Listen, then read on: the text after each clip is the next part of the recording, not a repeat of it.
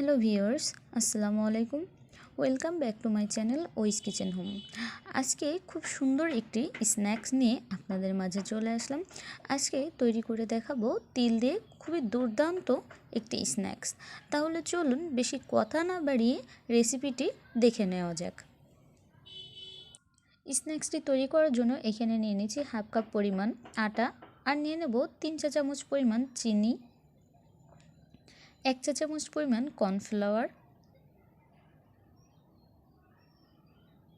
Half চা চামচের একটু কম বেকিং পাউডার, স্বাদ মতো লবণ, আর দিয়ে দেবো 1 টেবিল চামচ পরিমাণ অয়েল।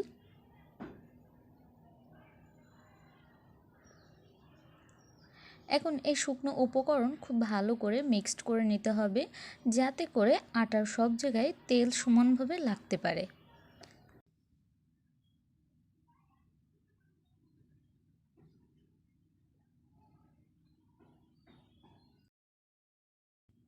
তেল আটার সাথে ভালো করে মাখানো হয়েছে কিনা বুঝবেন কি করে, যখন এরকম মুঠ করে ধরবেন এবং এরকম দলা বেঁধে যাবে, তখনই বুঝতে হবে যে তেলটা সমানভাবে আটার সাথে মিশে গেছে। এখন নর্মাল পানি এখানে ব্যবহার করছি। প্রথমে অল্প পানি দিয়ে একটি ডো তৈরি করব।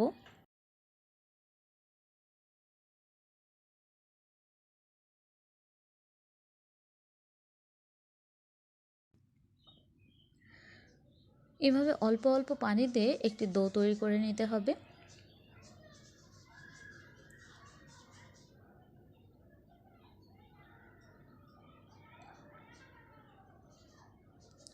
ডো তৈরি করা হয়ে গেছে।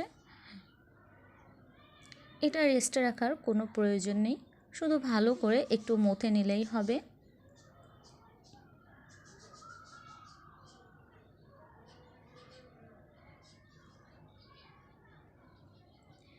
একটি ডো থেকে আমি দুটি লেচি কেটে নেব।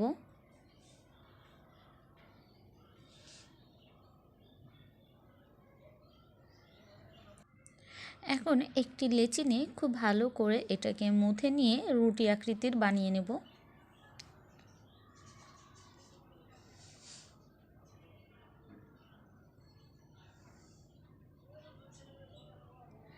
রুটিটা বেলে নিতে হবে এমন সাইজে যে খুব বেশি মোটাও না, আবার খুব বেশি পাতলাও না, মিডিয়াম একটা পুরুত্ব রেখে এই রুটিটাকে বেলে নিতে হবে।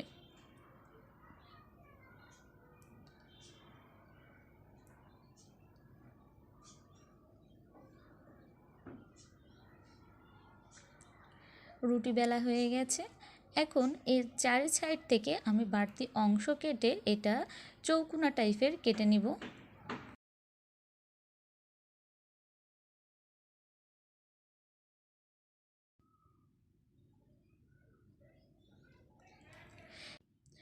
এখন একটু পানি নিয়ে ব্রাশের সাহায্যে উপরের অংশ এভাবে একটু ব্রাশ করে নিতে হবে। এখানে পানি ব্যবহার করাটাই বেশি ভালো হবে। ব্রাশ করা হয়ে গেলে এখানে নিয়ে নিচ্ছি কিছু তিল, এবং যে অংশে আমি পানি দিয়ে ব্রাশ করেছিলাম সেটা নিচুভাবে আমি দিয়ে দিচ্ছি, অর্থাৎ তিলের উপরে দিয়ে দিচ্ছি। এরকম চেপে চেপে তিলগুলো যেন এর গায়ে লেগে যায়, এজন্য একটু চেপে আমি নিচ্ছি। এখন এর উপরের অংশে আবারও আমি পানি দিয়ে ব্রাশ করে নেব।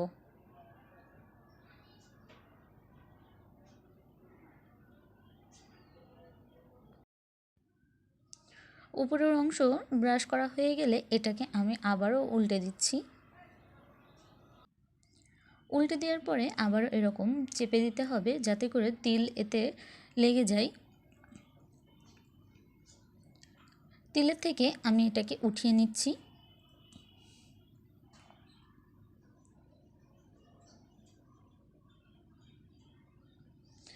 এখন বেলুন দিয়ে আমি আবারও একটু চেপে বেলে নিচ্ছি। খুব বেশি চাপ দিয়ে বেলার কোনো প্রয়োজন নেই। এখন এটা ফ্রেঞ্চ ফ্রাইয়ের মতো লম্বা লম্বিভাবে কেটে নেব।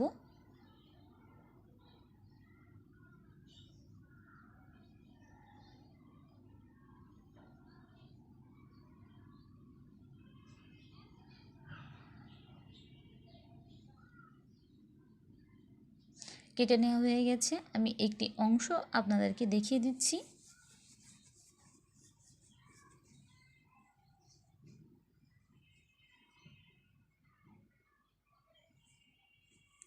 এখন চুলায় একটি প্যান বসিয়ে এতে দিয়ে দেব পরিমাণ মতো তেল। তেল গরম হয়ে আসলে এগুলো একে একে দিয়ে দেব।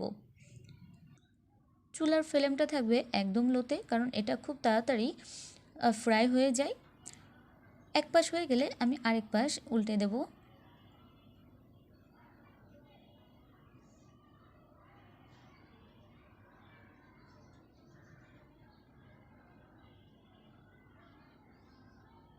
একে একে সব উল্টে দিয়েছি। আরও কিছুক্ষণ আমি এটাকে ফ্রাই করে নেব।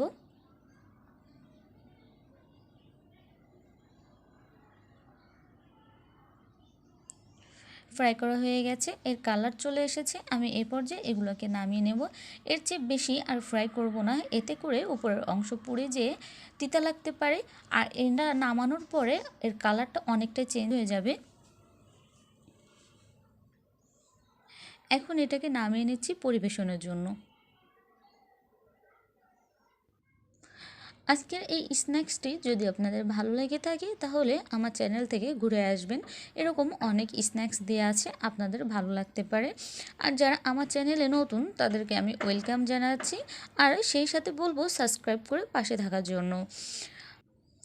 এরকম আরও নতুন রেসিপি পাওয়ার জন্য অবশ্যই আমার চ্যানেলের সাথে থাকতে হবে। আজকের পর্ব এখানে শেষ করছি, দেখা হবে অন্য কোনো পর্বে। সে পর্যন্ত সবাই সুস্থ থাকবেন, ভালো থাকবেন। সবাইকে জানাচ্ছি আল্লাহ হাফেজ।